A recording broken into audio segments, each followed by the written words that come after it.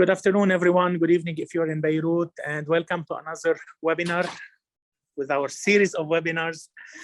We would like to welcome again Encubate under the leadership of Basil Zwaiter.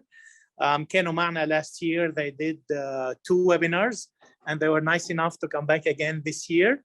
Maria now is a registered consultant. So she was, I guess, you were in that time in the process of getting your license. So then you became fully licensed. So a fully licensed professional who can speak about this subject. So thanks to Sila, thanks to Encubate, and thanks for everyone who joined. Unfortunately, I'm not going to be staying here with you because I'm teaching a class from 12 to 2 here. So hope you enjoyed the webinar, and thank you very much. Take care. Floor is yours. Thank you, Mario. Thank you so much. Hello, everyone. We're so happy you could all join us. My name is Rima. I've been in Canada for 10 years. رح أحكي إنجليزي وعربي. So first, I want to thank Encubate for making this session possible. So we have with us today Maria and Francine. Francine لبنانية رح كمان تحكيكم بالعربي بالنسبة للpresentation تبعها. Maria, she's going to be speaking in English. So I just want to take a few moments to talk about the Zoom etiquette and logistics of the webinar. So this session will be recorded, so you will have access to the link after the session, and you can share it as well with people around you. We will post it as well on our social media. All your cameras will be off and the microphones will be muted during the presentation. However, you will be able to ask your questions in the Q&A and also live. We can tell you, okay, فيكم تفتحوا الميكرو وتسألوا سؤالكم live. But you can always write your questions in the chat box. Some questions will be answered throughout the presentation. So هون بس بدي أوضح إنه كل الأسئلة اللي بعتوا لنا إياها لحديت امبارح عشية رح نرد عليهم في 20 minutes only focused on answering your questions that were received until yesterday evening. For the people who sent questions this morning, we are going to answer them live. You can ask them in the Q&A. And stay tuned. We are going to organize more webinars. We will have upcoming webinars in the future as usual. And we will be putting a feedback form link in the chat box so that you can give us your feedback with regards to this session. Now I'm going to introduce SILA. So Francine, if you can, yeah, thank you. So SILA, it stands for Support and Integration, Soutien et Intégration aux Libanais et Libanaises à l'étranger. نحن مسجلين بمونريال وخلقت SILA من بعد البيروت explosion. نعمل 3 services. We support an immigration to Canada. So هيدا الإكزامبل اللي اليوم مثل الويبينار اليوم هو a way for us to support you. بس بعد الويبينار فيكم تكتبوا لنا أسئلتكم. كل واحد عنده كيس معينة فينا نرد عليكم مثل ما ماريو بيعمل بالجروب تبعه. وفينا أوقات نوجهكم لسورسز معينين تيساعدوكم لأنه sometimes you need professional help. Second service that we offer is integration for newcomers. So if you are preparing to come, we can help you also by giving you advice about integration and how to find a place to live, schooling for your children, etc. And we also offer intercultural exchange and growth. So we organize events in person where you can meet other people, where you can learn more about Canada, etc. So you can follow us on our Facebook page and Instagram. And you can always contact us via the form on the website. So how we can help you, you can click on it and you fill out the form. And you can also become a member by filling out the membership form. Or you can even volunteer, so you can fill out the form for volunteering. So with us today, we have Maria and Francine. They are from Encubate. I want to tell you that they are doing this session for free. Why? Because this allows you to ask all your questions with regards to immigration. And this is important because sometimes we have many questions to help us assess. Can we come? Is there a potential? Can I develop this project to come? And they are here to help you with that. And now I will let Francine start the presentation, and we hope you will enjoy it. Thank you. Thank you, Rima. Okay. So أول شيء مرحبا وأهلا وسهلا فيكم بهذا الويبينار. الهدف منه اليوم هو أنه نخبركم عن آخر مستجدات اللي صارت بما يخص الإكسبرس أنتري والهجرة على كندا، وأكيد نجاوب على الأسئلة اللي سألتونا إياها واللي رح تسألونا إياها بآخر السيشن. السيشن رح تكون مدتها ساعة، ولكن قبل ما نبلش رح أعرفكم شوي عن Encubate. So Encubate شركة استشارات للهجرة مرخصة من حكومة كندا الفيدرالية وحكومة كيباك. Encubate تأسست بال 2013 من قبل باسل زعيتر. باسل هو المستشار الرئيسي المرخص بالشركة أو Licensed Principal Consultant in Good Standing. أنا اسمي فرانسين، Immigration Solution Specialist ب Encubate. صار لي مع الشركة من 2020 وحالياً موجودة بلبنان. ماريا هي كمان Licensed Consultant in Good Standing وصار لها بإنكوبيت من 2019. ماريا عندها خبرة كبيرة ببرامج ومتطلبات الهجرة على كندا، وحالياً هي موجودة بمكاتبنا بفانكوفر. التيم تبعنا جاي من بلدان مختلفة وبيحكي عدة لغات، وأغلبيتنا بالشركة قدمنا على الهجرة على كندا إن كان من خلال الإقامة المؤقتة أولاً أو من خلال الإقامة الدائمة، فبنفهم شو عم تمرقوا فيه. عنا 4 مكاتب بكندا، تورونتو، فانكوفر، مونريال، وآخر مكتب فتحناه هو كالجاري. من سنة 2013 يعني وقتها ما تأسست الشركة لهلا اشتغلنا على آلاف طلبات الهجرة الدائمة، إن كان برامج الإكسبرس أنتري أو برنامج الترشيح الإقليمي أو أريما، وطلبات الهجرة المؤقتة مثل إذن الدراسة أو إذن مزاولة العمل.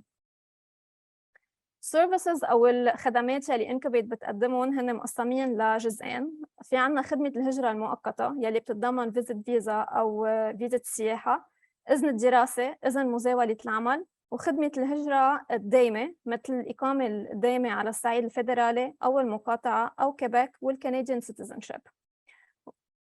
سوري، وهي دول السيرفيسز بينعطوا مش بس للأشخاص اللي موجودة بكندا بس كمان للأشخاص اللي برات كندا. رح أنقل للإنجليزي هلا.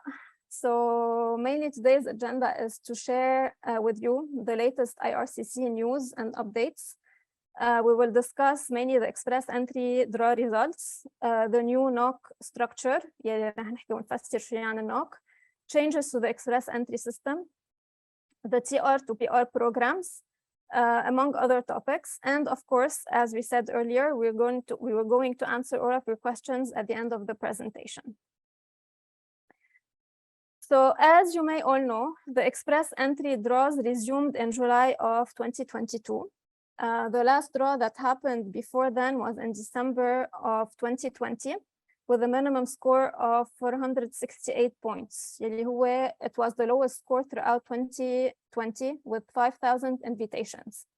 This year, and as we said, the express entry draws resumed in July of 2022 with a minimum score of 557 and 1,500 invitations. This is relatively a high score, and it can be explained for 2 main reasons. The first one is that the number of invitation is small. Yani we are talking about 1,500 invitations compared to an average of 4,000 in 2022. And the second reason is that because of the piling up of the applications in the express entry pool due to not having draws for 1.5 years due to COVID. The good news now is that the draws are happening every 2 weeks, and which was the case prior to COVID. The score is decreasing every round and the number of invitations is actually increasing. Just 2 days ago, and on the 26th of October, there was a draw, and the minimum score was 496 with 4,750 invitations sent. We are not sure how these numbers will be in the short or even long run. However, if you are eligible to open an express entry profile and have a relatively good score, meaning if you have a score of 400, let's say 80 plus, you might want to open an express entry profile soon. Now, in regards to the NOC 2021, to address Canada's labor needs, IRCC will implement a NOC 2021, which is the most recent version of the NOC system, starting November 16th and almost in 2 weeks. For those who are not familiar with the NOC is used to group and detail the occupations in the Canadian labor market. The NOC 2021 replaces the classification's current skill type and level structure, which consisted of skill type 0A, B, C, and D. With a new 6-category system or tier, it's TEER, required for an entry in an occupation. The tier stands for level of training, education, experience, and responsibilities, which means that candidates will need to comply with these 4 points. So with the training, education, experience, and responsibilities. So with the tier requirements before selecting their NOC. So technically skill type 0 will become tier 0. Skill level A will become tier 1. Skill level B will be divided between tier 2 and tier 3. Skill level C will become tier 4, and skill level D will become tier 5. Now, what does this mean for you? If you are, or if you already received an invitation to apply, you can go ahead and apply with the current NOC, which is NOC 2016. If you plan to submit an express entry on or after November 16th, you must use the tier category, so the NOC 2021. If you have already submitted a profile but have not been sent an invitation to apply yet, so you are still in the pool, you must update your profile with the tier category to remain eligible for an invitation to apply, so for an ITA. The same applies for PNP applications, so for the programs under the provincial nominee program. However, how the process will be done will technically be based on each province's decision. And to be eligible for immigration, your occupation would still need to be in the first 4 tiers, which are 0, 1, 2, or 3. So currently it's skill type 0A or B. Francine, yes? Can you tell us why those changes are going to happen in November? Is there a reason? We're actually going to discuss it in a bit. Great. So here's an example of how the tiers will be divided. So for example, tier 0, so is for management occupations. So for example, for occupations such as marketing and financial managers. For tier 2, for example, one of the requirements is to have, or mainly the occupation would require a person to have a college diploma or a 2-year training. And for example, it is for a computer network or laboratory technologist and so on and so forth. Now, changes to the express entry system.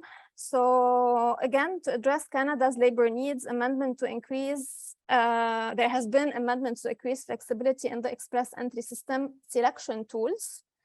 The government of Canada is actually assessing the best way to use these tools to help Canada's labor market needs. So whatever changes is happening, be it with the NOC or be it with the express entry system or any other program, is mainly to cover for the shortage in the Canadian labor market.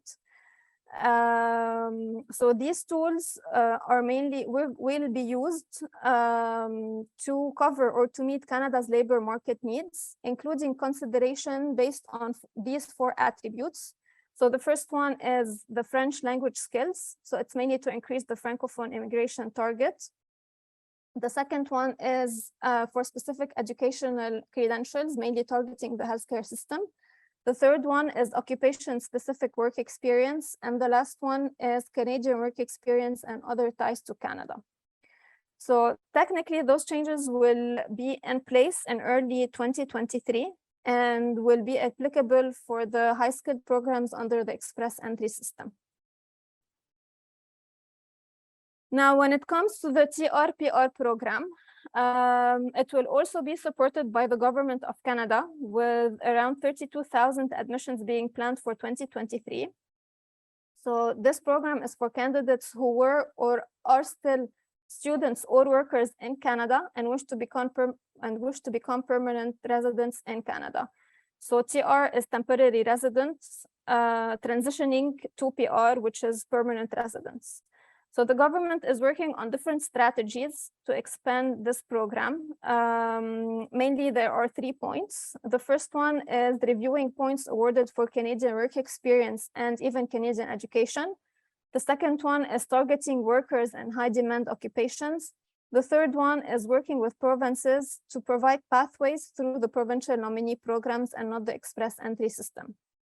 Now, the program's eligibility criteria are still to be confirmed. So IRCC or the government haven't mentioned these yet. However, what we know is that it will not be the same as the previous CR to PR program that actually was done during the pandemic. In other news, so visitors in Canada can still apply for an employer-specific work permit from inside Canada until February 2023. Medicals, so candidates who already live in Canada are exempt from completing a medical exam. However, only if they completed one in the last 5 years, whether it was for a previous permanent residency application or even a TR application. So even if it was for a student or work applications. However, this policy is valid until October of 2024. For the work authorization of students, so mainly international students who are authorized to work off campus, can now work full-time while still attending classes. Technically, the maximum of 20-hour limit, so they were only allowed to work part-time per week, has been lifted, and so students can now work full-time to cover for the labor market shortages. However, this policy is valid from it started in November 2022 and is valid till December of 2023. For the PGWP or the post-graduation work permit, so workers whose PGWP expired or is expiring between September of 2021 and December of 2022 can apply for an extension. However, the extension is until December 2022. The work permit would be valid for up to 18 months. And finally, and this is somewhat of a good news, the federal skilled worker applications backlog is now cut down by half, which potentially means that we could go back to the standard processing times prior to COVID, which was 6 months. Crossing fingers for that. For the provincial nominee programs, so this program will mainly account for around half of the economic immigration admissions in the coming years. And they have been the #1 pathway for the TR to PR program. There are mainly 4 programs to which a person can apply under this program, however, outside of Quebec. So the first one is to have an in-demand occupation. The second one is to have a valid job offer from a province. The third one is to have at least 1 year of qualified work experience in a province. And the fourth one is to study a post-secondary program in one of the public colleges in a province. Why a public college? It's mainly for you to be able to apply for a post-graduation work permit after completing your studies. A quick note, because we did mention that these programs are provincial nominee programs outside of Quebec. For Quebec, you can apply for a PR, however, through ARIMA, which is technically a completely different process than the rest of the PR programs. Finally, when we talk permanent residency, we must talk about the proof of funds. So applicants need to have a minimum amount of money to be able to apply under both the Federal Skilled Worker Program and the PNP programs. The amount of money you need depends on the size of your family. For example, if you are single, so if you're applying alone, you would need to have around 13,000 Canadian dollars, whereas if you're a family of 2, you would need around 16,000 Canadian dollars. The funds must be available when you apply, and when you are issued your PR visa, and those funds should be under a bank account. This point in particular will be further covered by Maria during the Q&A session. Maria, it's all on you now. Thank you. Thank you so much, Francine. Just before we move into those questions, I just want to wrap up real quick what Francine just explained and what we've seen and what we predict it's going to happen in the upcoming months. As you've seen, a lot of changes coming to the immigration system, and it's been well addressed by the government that this is to tackle, as Francine mentioned several times, the labor shortages that we're seeing in Canada at the moment. What we'll start to see is more of a targeted immigration system, so similar to what other provincial programs have been doing for the past few years. Something to mention here real quick as well is that Quebec, through their ARIMA system, has been doing a similar thing for the past 1.5 to 2 years, targeting specific candidates with occupations in demand in their draws. We expect that they'll continue to do that in the upcoming months. But just like the rest of programs and provinces, they will also be adapting to the NOC 2021 system. Addressing also the question that Rima raised earlier. So Canada actually revises their NOC structure every 10 years and does an exhaustive research with Statistics Canada to update all positions. We're seeing with this NOC system as well, besides that change from the skill level to the tier structure, is that we are seeing a further breakdown of each of these groups. So whereas before we would find more of a general group, for example, marketing managers, right now that specific group will be breaking down into a few more groups to again, tackle better what are the responsibilities, the duties, and the training required for a specific position. So this is coming into place in about 2 weeks, mid-November. As Francine said, all changes are already taking place with provinces. Most provinces have stopped their draws for this month, and they're preparing all their systems to be updated. And for express entry, you will have to change that profile like Francine indicated once they become in place, November 16th.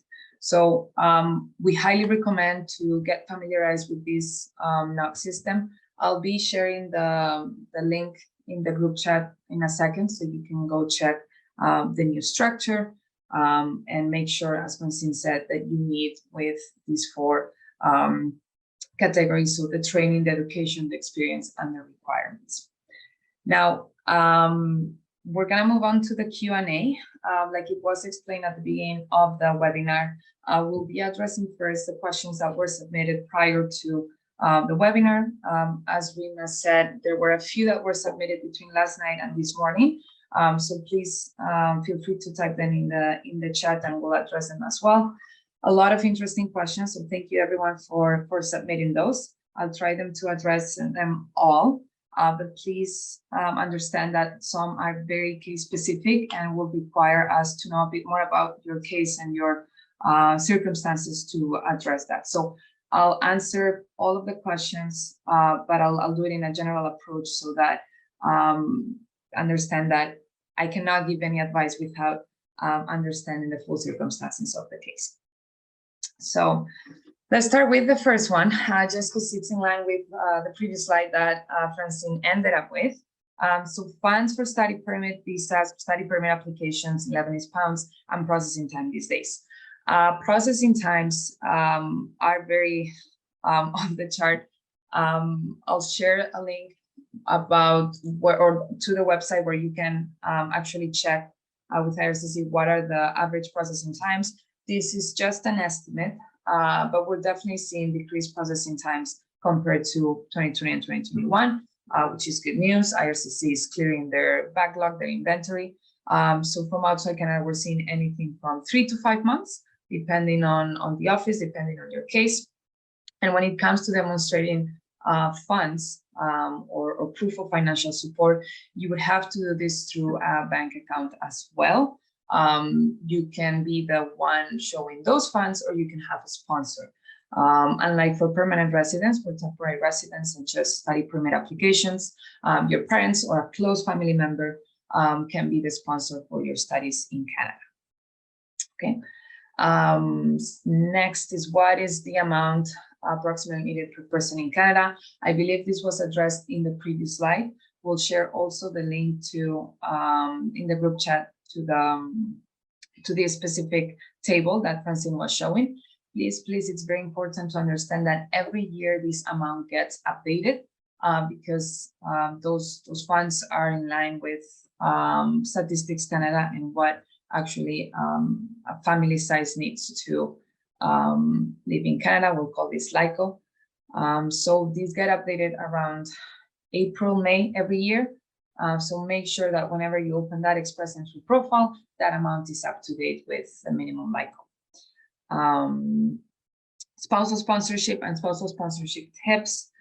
So this we didn't cover so much in the news, but I'll address these couple of questions that are here. I'll actually start with the timelines because we're also seeing a big backlog on spousal sponsorship applications from outside Canada.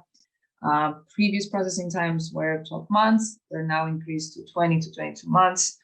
So definitely a backlog there. What we're seeing in this first question is, I'm being sponsored through my wife. She's Canadian and we applied January 17. I passed everything and my medical on April 29th. How long do I need to wait? They haven't said anything since May. Some people say it's 2 years. Another already applied and already got their approval. This is actually very normal. We're seeing, as I said, delays on spousal sponsorships applications from outside. What I can advise to do is to create your spousal sponsorship tracker if you haven't done that. So it's really easy. Just put your application number, your UCI, and create a password, and you'll be able to track every single step through that portal. Now, unfortunately, if it hasn't even been 12 months, we would advise to just wait. Something that I could recommend to do as well is to submit an ATIP request, an Access to Information and Privacy Act. So what you'll have access to with this is the notes, the officer notes of the application, but we only recommend to do so once it's been past the processing time. Now, because it's 22 months at the moment, perhaps once you get to the year of processing time, submit an ATIP request.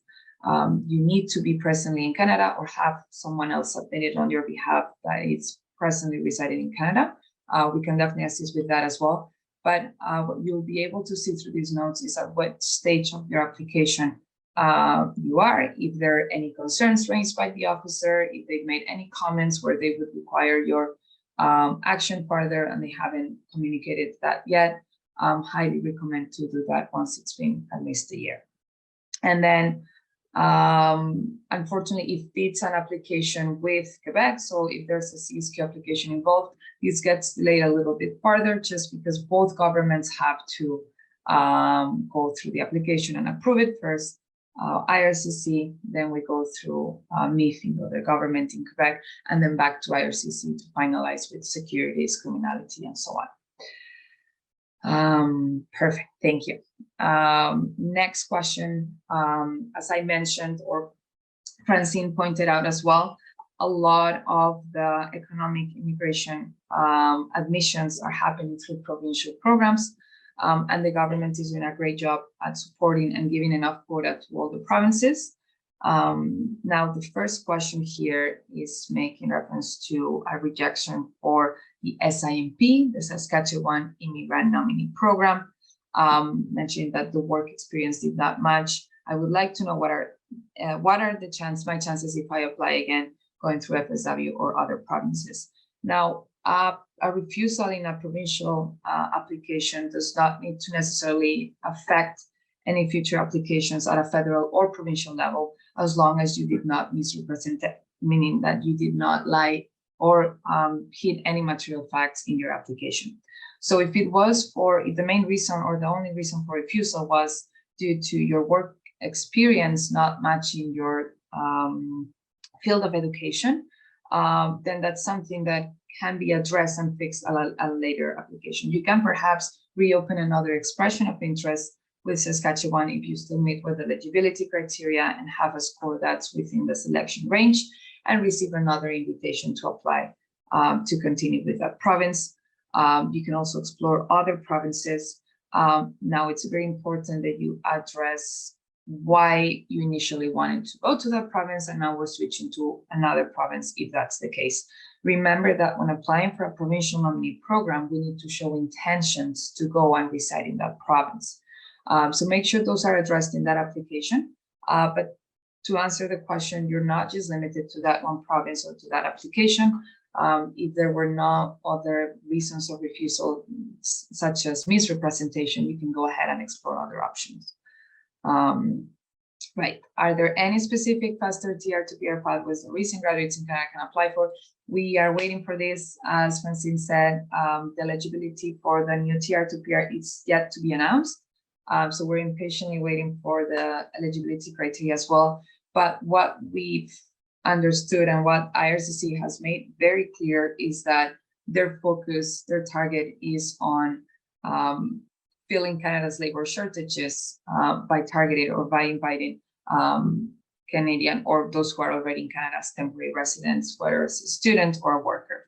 So you may already be eligible to apply for a provincial program if you graduated from a public institution in one of the provinces. All provinces and territories have a program for international graduates called International Student Stream or International Graduate Stream. And depending on the length of your program and the level, so whether that was a bachelor's, 1-2-year diploma, or a master's, you may be eligible for one or more streams. As an example, Ontario has 2 programs for international students, one for post-secondary and postgraduate diplomas and another one specifically for masters. One requires us to have a job offer and the other one doesn't. And every province has something similar to this. So you may want to look into those provincial programs while still waiting to hear what's the TR to PR pathway. But as Francine mentioned earlier, we're also waiting to changes to the express entry system and the selection tools for those who are already in Canada, have experience or have graduated from there. We expect that more points could be awarded for those, but it's yet to be confirmed. So in the meantime, while that's confirmed, I would highly recommend to look into provincial programs for international students or international graduates. Next question, WP, work permit for people outside Canada who are Canadian certified. How long does it take to process a work permit? Now, I didn't fully understand what Canadian certified meant. I'm assuming that it's for someone who has graduated from a Canadian institution or has previous experience here. And if that's the case, similar to my question above, you may want to explore provincial programs for international students or international graduates if you graduated from an eligible institution, which was public. If you are talking perhaps about trade, so you went to a trade school in Canada, there may be even more programs for you available under this option. And then how long does it take to process a work permit?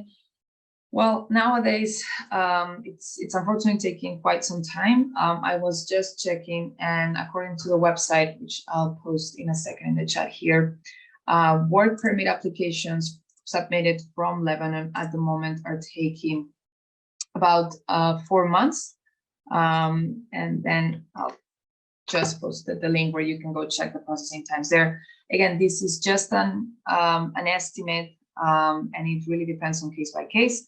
What I know for sure is that inside Canada, it's taking even longer, unfortunately. So we're looking at 4 to 6 months. So keep that in mind when planning. If you even get a job offer or applying for an LMIA exempt work permit, make sure that's communicated to the employer as well. Perfect. Another one on work permits. I have a closed visa working permit valid until September 2024. Will I be able to apply for PR? And if so, when? How long will the process take? And I am planning to land on December 2022. I'm assuming that you got your work permit approval letter and you're coming to activate it, or you're coming to Canada on December 2022. If that's the case, and if you have not started your work experience in Canada yet, highly recommend to complete that year work experience so it accumulates towards your Canadian experience under express entry or a provincial program if you're eligible. Will you be able to apply for PR will depend in many factors, but generally speaking, will depend on whether you have that job offer still 1 year from now. You mentioned it's a closed work permit, so there has to be a job offer involved as well. And it will also depend on the year that you accumulate of work experience. Highly recommend to start looking once you land at provincial programs, depending to which province you go to. There may be provincial programs available based on a job offer. For example, I'm going to put Ontario again as an example.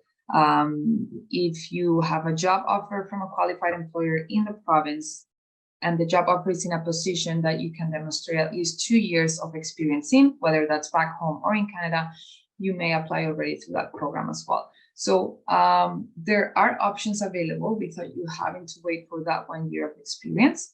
And depending on whether this permit was issued on an LMIA, so a labor market impact assessment, or an LMIA exempt work permit, so under the International Mobility Program, you would be eligible to claim 50 points under your express entry profile. If it's an LMIA exempt, you'll have to wait to complete the year of experience in Canada and then claim 50 points in your express entry profile. Or if your application was, your LMIA application was approved to support your PR application, then you can claim already those 50 points. So I would recommend once you're here, once you land in a couple of months, start looking into potential provincial programs. We can also, I'll discuss a little bit more later about our assessments and how we can help you, but we can also walk you through all the available provincial programs and your expected score after completing that year. Now, back to funds, proof of financial funds again, opening a bank account in Canada and POF, proof of funds from Lebanese banks. I'll start with the second point here. I know this is a challenge for many of our clients. We are very aware of the situation, and we try to walk you through the best way to prove this. As of today, we have to take into consideration the exchange rate that the Canadian government uses, and that's with the Bank of Canada, and that's the exchange rates that IRCC will look as well. So whenever we try to calculate whether we can demonstrate those $13,000, $16,000, $20,000 when applying for permanent residence, we look at the official Canadian exchange rate. Now, proving these funds, as Francine indicated, needs to be through a bank. So they need to be in a bank account. We cannot prove cash. They need to have been there for at least a period of 6 months. This is required by RCIC to prove that the funds are not just there for demonstration, but the funds are there for you to, the funds have been there for enough time for us or for you to declare that they're readily available to help you settle in Canada. And if there's any large transactions or the funds have been there for under those 6 months, we have to explain where those funds come from. Maybe we decide to open a foreign bank account in Dubai or in any other country, and we move our funds to that new bank account. We would have to explain and show to the officer, look, these previous funds came from my accumulation of savings, of income that I had over the past few years, and here's the proof for that. We don't want to be refused or issued what we call an RFI, a request for information, because of this. So highly recommend to be transparent when it comes to funds. And if you have any more specific questions about your case, I advise you to contact us. We'll provide the contact details after we finish, and we'll try to walk you through what we can do. And then opening a bank account in Canada, that's a complete different topic. You would require some sort of temporary residence to do so while in Canada.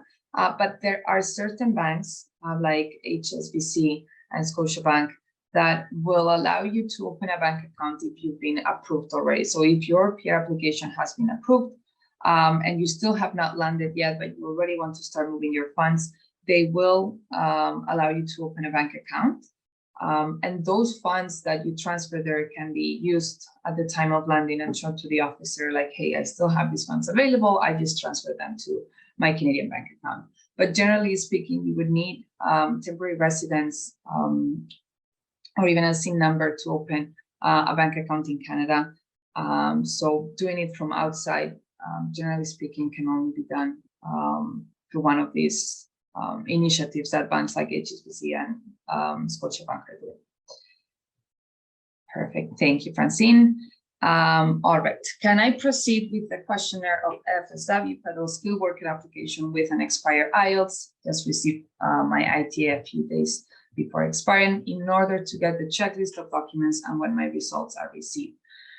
Great question.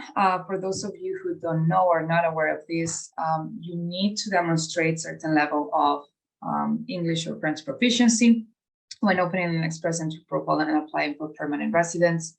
In the case of, or language results have to be at least taken within the past 2 years, meaning that they have a 2-year validity and at all times. So while we have an Express Entry profile open and at the time of application, your test must be valid. So the expiry date on your test does not get locked because you received an ITA. And be very careful with this. It would depend, or this would be based on the discretion of the officer. Technically, and from our experience, you should be able to retake your new IELTS test as long as it's within the same score range and your CRS overall score doesn't get affected, and highly recommend to include an explanation letter as well, but it'll be ultimately up to the discretion of the officer to consider those results. Following the ministerial instructions, we need to have a valid test at all times and while it gets processed. And very important as well, I want to address that just because, let's say we apply for permanent residence on, I'm going to say November 1st, and our IELTS results expire on November 3rd. It does not mean that we would not need to retake them. Technically, you've submitted your application with valid IELTS results, but the officer has the right to request new results throughout the application. So always be, if you see that your results are expiring in anything between 1 to 6 months, be prepared to having to retake those results if the officer requests them. Okay. Let me see. I'll address the last one here, Francine. That I am 42, mother of 13-year-old boy, and would like to know what's the best way program for us to immigrate. Now, when it comes to age, your Express Entry profile gets affected. So we start losing points when we reach 30, and then when we reach 40, even more. But this does not mean that your chances are completely gone. You'll still have provincial programs available, and you can still make up for this score with factors such as adding a second language, having previous studies in Canada, having previous experience. So through Express Entry, you may want to rethink if that's your pathway because of the loss of points. But I want you to start thinking about potentially provincial programs, looking into if any of the provinces are selecting your occupation, if it's in demand, or if you can perhaps speak both English and French, and we could look into one of the French-speaking programs. Okay, and then I'll address this first question because it's important. Pretty much, how can I know? How can I check what's my NOC? Now, I will be sharing shortly a link to the NOC website and specifically to the NOC 2021 website, where you can see the list of all NOCs, all positions. But whenever we're looking into selecting the NOC for PR or for any other immigration program, you don't necessarily have to look at the title. You have to look at the duties. You have to look at the responsibilities and make sure that those match with your day-to-day activities. They don't have to be at 100% because we understand that those are very generic groups, but they need to be in line at least to 60 to 70% of what's listed in that NOC. And then answering that second question, I am obligated to only work in Canada in that NOC exclusively after landing there per se. No, you're not. Once you become a permanent resident, you're free to work, study, do whatever you'd like. However, in a peer application, you'll be asked what's your intended position in Canada. So it's a way for the government to, again, target those labor shortages, through your experience, to what the province is missing. but you are not forced to work in that position, and you will not be taking your PR away because of that. And then last question also, because it's important, I'd like to know how can a chronic case influence the points of my file while registering for an express entry profile. So registering itself, it will not be an issue. You can still go ahead with the profile, but you will have to declare this, or this will have to show up in your medical admissibility once the PR application comes. So upon receiving your invitation and applying for PR, you'll have to take a medical test. And you'll have to tell the panel physician that's taking that test if you have any other previous conditions. Now, very important that Canada has or what we call medical admissibility. So one of the reasons why you could be medically inadmissible to Canada is if you are gonna, if your treatment in this case is gonna suppose a high expenditure into the social insurance program. So there's a number that gets updated every year that if we pass that number with any treatments, you could become medically inadmissible. If you have more questions about this, please email us as well, because this is very specific to your case. And I think we've covered most of the important ones. I see the chat is booming. I will tell you about the questions that we've received while you were presenting. So thank you so much for the presentation. And now it's an opportunity for everyone here with us to ask their questions. So إذا عندكم حل لسؤال please اكتبوه بالchat ونحن رح نجاوب على كل سؤال واحد ورا الثاني. I will start with the first question, and this question is from Dareen. And Dareen would like to know about the difference between the express entry and ARIMA. And I think this is an important opportunity because throughout your presentation, you were mostly talking about express entry, not tackling ARIMA. And it's important to explain the difference and what Quebec is doing differently, especially now with the new changes coming. So Dareen, stay tuned. We're going to answer this question. And if you want more clarification, write it in the chat. Perfect. Thank you, Rima. Yes. So, the main reason we didn't focus in ARIMA too much is because the main changes are coming to the other system, which is express entry and other provincial programs. But the main difference here is that express entry candidates get selected from at a federal level, meaning that when you open your express entry profile and you get invited, you can land anywhere in Canada, pretty much, except for Quebec. Your intentions need to be to reside outside of Quebec. Just like Quebec has and the rest of provinces their own healthcare and education system, they also have the authority to select or create their own immigration programs. I want you to think of it as a provincial program. So if anyone wants to immigrate or has intentions to reside and immigrate through Quebec, they'll have to go through the program that's set by the province. And in this case, they come with a specific system that selects candidates based on their own needs and their own goals as a province. In this case, it's ARIMA, like we briefly mentioned. So ARIMA is very similar to express entry. You open your profile, you answer a few questions, and then you get awarded a set of points.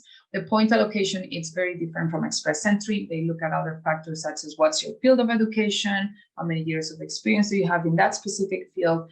So it's a bit more specific to the training and qualifications that you can bring as a skilled worker. But it works in a similar way that every 2 to 3 months, they will hold rounds of invitations and you will get an invitation if you are within that score range.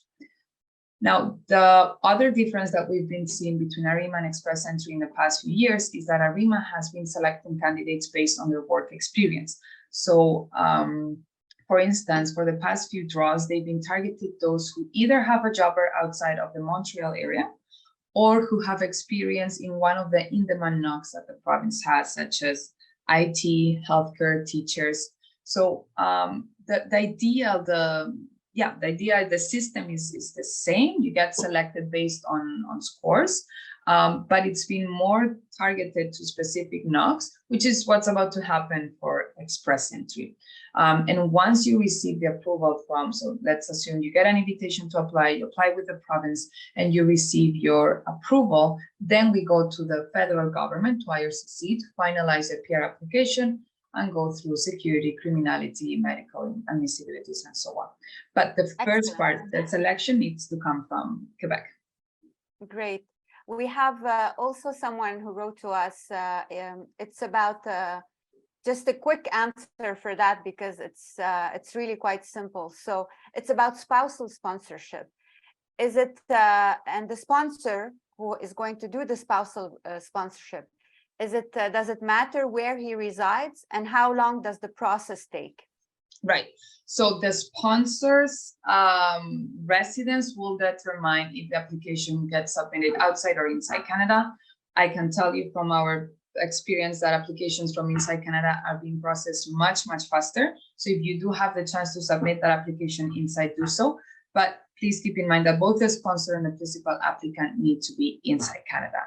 If it's the opposite, you're both outside, or the sponsor is inside and the principal applicant is outside, the application needs to be submitted from outside Canada. And one last thing here, advantage of submitting it from inside Canada is that you have access to the open work permit. So while you are your permanent residence, you can also apply for an open work permit, which will allow you to work while you wait for a decision on your application. Excellent. Another question from Avo. He's asking, does DESS allow to a PR? I'm not sure I understand the question. I hope you do. I think they're referring to the level of education. We actually had a case similar to this a few days ago. Yes, it does. You would just have to check what's the final degree awarded. So is it, and again, I'm assuming that it's from inside Canada. If you completed in Quebec, you could perhaps qualify for immigration through ARIMA or one of their PEQ programs. And then if you actually moved outside of Quebec or have intentions to live outside of Quebec, and it's from a public post-secondary education, you may also have access to other provincial programs or even Express Entry. Excellent. We have a question from Dania. But before I ask the question, Joelle is going to post the feedback form. So for people who have to leave earlier, you can please fill the feedback form. So Dania's question is, in ARIMA system, at what stage the test expiration gets locked? Right. So same as Express Entry, you need to have valid language results at the time of application. So once you submit it, the test needs to be valid. If throughout the application, the officer considers that you need new test results, they will request it. If not, you'll just go with what it is. Afterwards, once you get your approval from Quebec and you apply with IRCC, it's okay if your tests are already expired.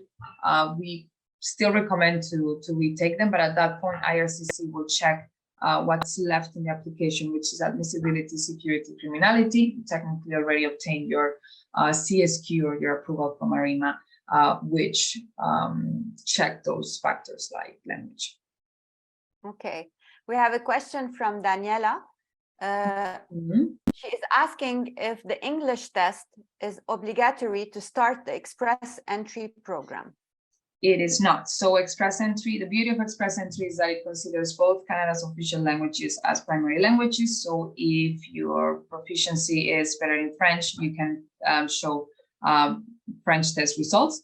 But generally speaking, you need to have at least one language test, at least at a CLB 7, so an upper intermediate B2, in order to even open an Express Entry profile. Excellent. And she is asking another question before we move to Antoine. She would like to ask if they are sending an invitation for CNP or an accountant 0111 holders in ARIMA. Right. So will pull up here the because I'm not familiarized with the latest draw. I don't know the exact list of invitations that were issued under ARIMA, but I can find it for you and send the link here through the chat so we can share it. You will see the list there. Again, this is based on NOC 2016. It's about to change to NOC 2021, but at least you have an idea if your occupation has been in demand. So I'll find that for you and send it here. Excellent. We have a question from Antoine. He is asking about parental sponsorship. If he wants to bring his mother to Canada, even though he landed recently. He said they told him that the first stage is a visitor visa, and then super visa. Is that the only option? And also he wants to know new information with regards to sponsoring parents like to become permanent residents. So basically, what's happening with the parental sponsorship? Right. So what's been happening here is, well, Canada has been actively helping to reunite with family members. It's one of their pillars for immigration. I'll start with the temporary residence part. If you're yet not eligible to sponsor your parents, and I'm assuming so because you said you just landed here, you can apply for what we call a super visa. A super visa will allow them to come for up to a period of 5 years.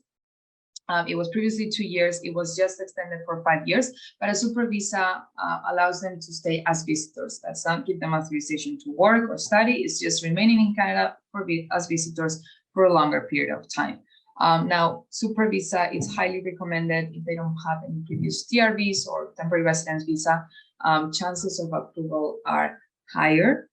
So if you're exploring options for her to come, I would highly recommend to look into a super visa, but you as a sponsor would need to demonstrate funds. So there's a minimum number or income that you need to demonstrate per year. If you have not filed your taxes yet, you can demonstrate that minimum income through employment reference letters or recent pay stubs to prove that you are earning certain salary per income per year. And then when it comes to sponsoring them, IRCC has the PGP program, the Parent and Grandparent Program. They just closed or they just issued invitations for the 2020 quota. We're still waiting to see what the 2022 is going to look like. But the process consists in US sponsor opening an EOI, an expression of interest, and it's a lottery system. So unfortunately, you just have to open and see what happens. But you only become available after having proved 3 years of filing taxes or actively working in Canada. So you have to wait for that one a little bit. And would recommend to look into super visa first for her to come as a visitor. Okay. Joelle has her hand raised. So I don't want to, I'm not sure, Joelle, if you want to. Hi, everyone. I just have a quick question because we receive this a lot. If I'm on a visitor visa in Canada, can I look for a job while I'm here? And would I have the chance to receive a work permit while I am inside Canada on a visitor visa? Great question. If you have, yes. So short answer is yes, you can look for jobs. You can apply for jobs, but you cannot start working until you have that work permit. But as you may know, being already here temporarily puts you in a much better spot than applying for jobs from outside. You would already have a Canadian phone number or an address perhaps, and the availability of already being here.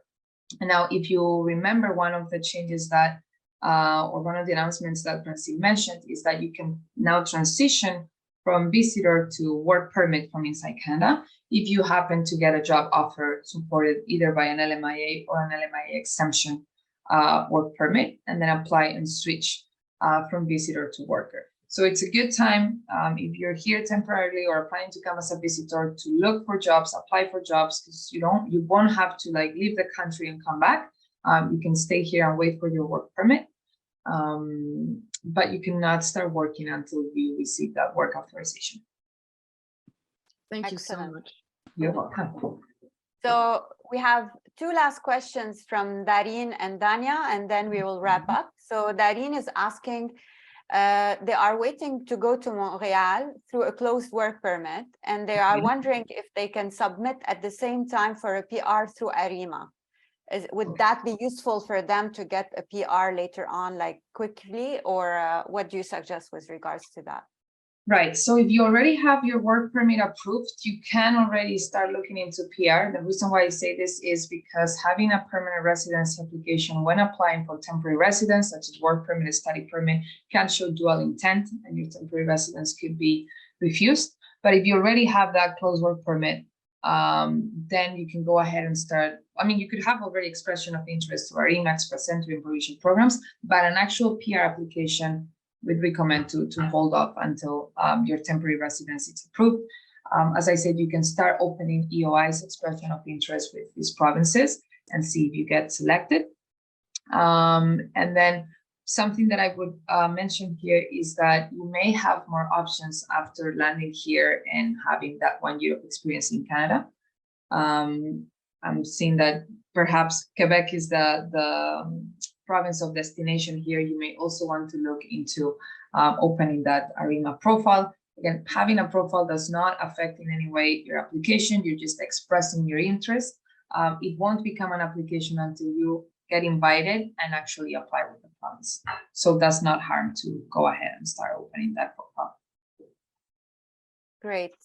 Dania has a question. If someone got a rejection for a work permit on a visitor visa in Canada, is there a way to communicate with the IRCC to know the reason of rejection? Yes. So this goes back to what I was previously mentioning. As you know, the refusal letters are very generic, unfortunately, and they only mention a couple sections of the regulations.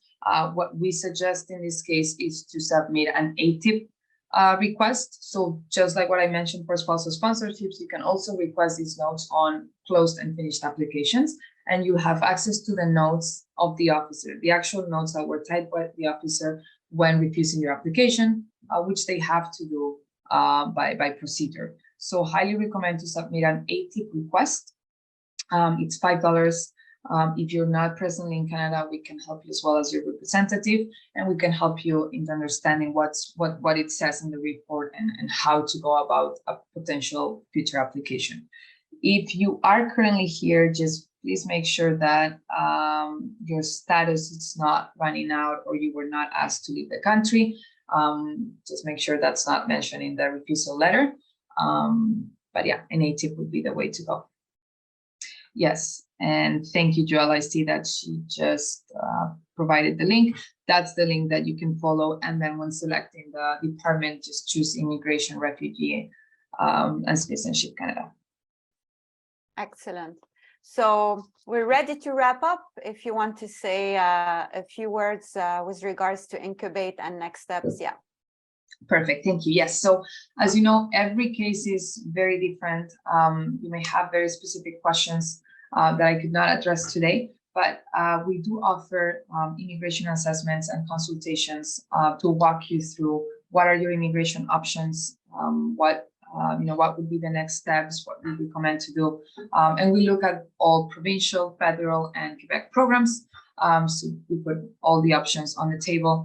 We are offering a discount for Lebanese clients as well. So please contact us to connect. Mention that you were part of this webinar, and our team will put you in touch and assist you in scheduling that consultation. That's our website, but as I said, highly recommend to contact us first through email. There we go, to connect@encubate.ca, that email that you see there. And if you're interested in either immigrating through as a skilled worker, express entry, or if you just have general questions, family sponsorship, temporary residence, visas, work permits, whatever that is, we can assist you with all our consultation services. And of course, thank you. Just a quick thank you to Rima and Joel for organizing this, and Sila. We hope that we helped you with your questions, and looking forward to future webinars with Sila. Thank you so much. So for our upcoming webinars, we have one about a job search, how to help you find a job in Canada, even if you are in Lebanon, and anything related to employment. We will also talk about study permits. Please follow us on Facebook and Instagram, and you can visit our website. If you need any help, you can connect with us. If you have any questions, you can also become a volunteer or a member. And please fill out the feedback form so we can help take in all your comments and prepare better for our upcoming webinars. Thanks for being with us. This session is recorded, so you will get a link by email, and also we will be posting it on social media. Thank you so much, everyone. Thank you. Have a good evening, everyone. Thank you. Bye-bye.